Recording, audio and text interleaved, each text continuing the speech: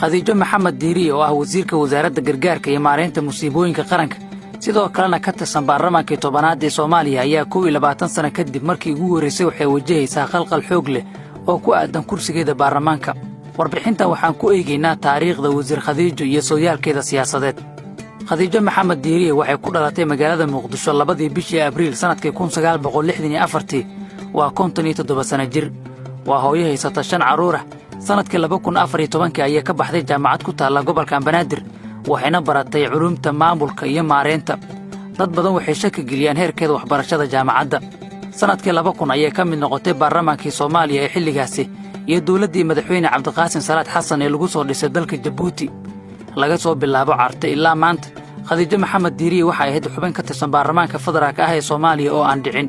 sidoo kale weligeed maanta ka hor ma gelin cabsi ku aadan doorashada kursigeeda xubinnimo. haweeneydan 57 sano jirka ah waxay sidoo kale waqtiyo kala duwan ka mid noqotay hay'adda fulinta Soomaaliya.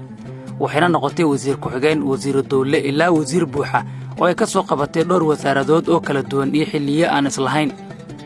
dadka yaqaana khadiijo maxamed diiriye waxay ku ammaanaan inay tahay haweeney gudaha baarlamaanka ku leh saaxiibo badan oo awood u leh inay qalqal geliso xukuumad kasta haddii aysan ka mid ahayn, waana sababta ay uga mid noqoto hay'adda fulinta. sidoo kale waxaa la sheegaa inay tahay qof fahamsan siyaasadda isla markaana ku xirata halkii uu gaariga u dhaqaaqo.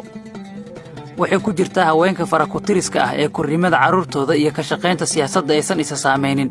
sidoo kale waxay qayb ka tahay dad kooban oo ka gudbay duruufaha adag ee dhanka ammaanka ah ee dalka ka jira iyadoo ay xubin ka soo noqotay dawladda Soomaaliya xilli ay adkayd in dawladda loo shaqeeyo.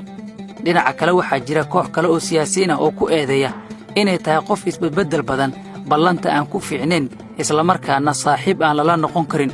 dadkaasi waxay ku eedeeyaan inay tahay qof dantiis yaqaan ah oo aan saaxiibada la dhiman karin. wasiir khadiijo maxamed diiriye kuma xusna liiska wasiirrada farakutiriska ah ee waxqabadka la yimaada. waxaa lagu eedeeyaa inay dumiso kolba wasaaraddii loo magacaabo. sidoo kale gurigeeda ayaa xafiis u ah.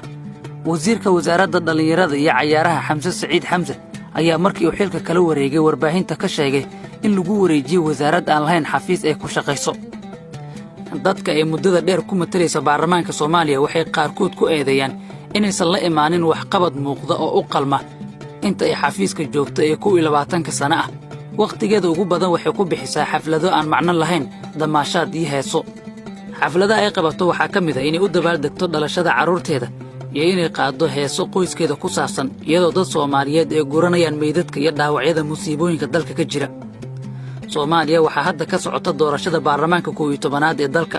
khadiijo diiriye oo ku fadhida kursiga Hob 97 waxay dhowr jeer warbaahinta ka sheegtay inay daashay oo aysan tartami doonin haddii la helo qof u tartama kursigeeda. laakiin waxaa muuqata inay ka laabato hadalkaas oo ay hadda qoomamo ka joogto. sanadkan ilaa hadda waxaa la shaaciyey inay la tartami doonto hal gabar oo lagu magacaabo Baarliin Maxamuud Biin. Baarliin waa gabar aqoon-yahan ah oo qurba joog ah, waxayna dalka ku soo laabatay muddo kooban ka hor. waxaa la sheegayaa inay rajo wanaagsan ka qabto kursiga Hob 97 maadaama 22 sano kadib dadka kursigaasi iska leh ay daneynayaan isbeddel cusub oo la yimaada waxqabad.